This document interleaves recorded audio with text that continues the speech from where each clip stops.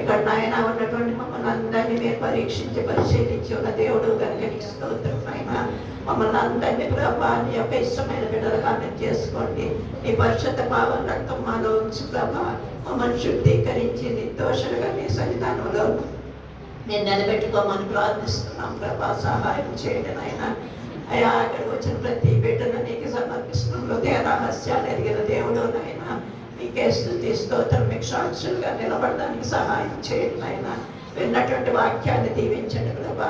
మమ్మల్ని మేము సరి చేసుకోవడానికి సహాయం చేయండి. ముఖ్యంగా ఈ శిలో జాన దినాల్లో ఉంటుండగా ప్రభా నీ శిలో పాదాలు చెంతనైనా నాయన మమ్మల్ని మేము ప్రభాదాలు పోసుకుని అయినా మమ్మల్ని మేము పరిశుద్ధపరచుకోవడానికి సహాయం చేయండి నాయన. మీ దృష్టికి అనుకూలమైన బిడ్డలుగా మేము ఉన్నట్టుగా మమ్మల్ని శుద్ధీకరించమని బ్రతిమలాడుకుంటున్నాను తండ్రి. సహాయం చేయండి నాయన. ఆచారంలో నాయన మా యొక్క అలవాట్ల నుంచి కాకుండా ప్రభా సంపూర్తిగా మీకు మమ్మల్ని సమర్పించుకొని మాలో ఉన్న ప్రతి దానిని విడిచిపెట్టుటకు సహాయం చేయండి.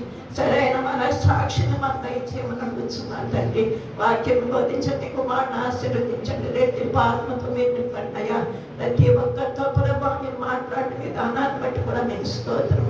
మా ప్రవర్తన మేము సరి చేసుకుని నిత్య రాజ్యంలో నాయన స్థానం సంపాదించుకోవడానికి ముందడుగు వేసే కృపను మీరు మాకు దయచేసి దినదినము మాకు ఆయుషిస్తూ మీరు నడిపిస్తున్నారు కనుక నాయన అది గుర్తెరిగి కృతజ్ఞత కలిగి ముందుకు వెళ్ళే కృపను మీరు మాకు దయచేయండి.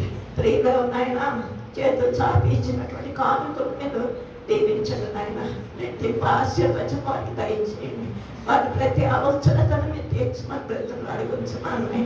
ఎవరైనా స్థితిలో ఉన్న వారికి కూడా కావలసిన ఆయన మార్గాలు మీరు సరాలు చేయండి. ఏ అవసరతలో బిడ్డలు ఉన్నారో నాయన వాటిలన్నింటిలో అంచి నేను విడుదల దయచేసి మీ సన్నిధానంలో సంతోషంతో బిడ్డలందరూ వచ్చి సహాయం చేయమని అన్ని విషయాల్లో మీరే మాకు తోడుగా ఉండమని వృద్ధాప్యంలో ప్రతి ఒక్కరిని దర్శించండి. చట్టి బిడ్డలను దర్శించండి నాయన. జీవితం గారిని కనికరిస్తూ కాపాడుచు ఆయన నడిపిస్తున్నందుకు మీకు స్తోత్రం ప్రభా. అదే స్థితిలో ఎవరెవరైతే ఉన్నారో ప్రభా అటువంటి సేవకులందరినీ దర్శించండి. ముఖ్యంగా సేవకులకు కావలసిన కాపుదలని దయచేయండి. భయంకరమైన లోకంలో ఉంటుండగా దుష్టుడు ఏ విధంగానూ చెడలేకుండానైనా ప్రతి చర్చిని ప్రతి సేవకుని మీ చేతులకు అప్పగిస్తున్నాం. మీరే కనికరించి సహాయం చేసి మహిమ పొందమని ఈ పరిశుద్ధ రాకడ వరకు మమ్మల్ని సిద్ధపరచమని త్వరగా అన్నయ్య నామంలో బహుమేమైనా బ్రతిమలాడి వేడుకొంచున్నాను తండ్రి.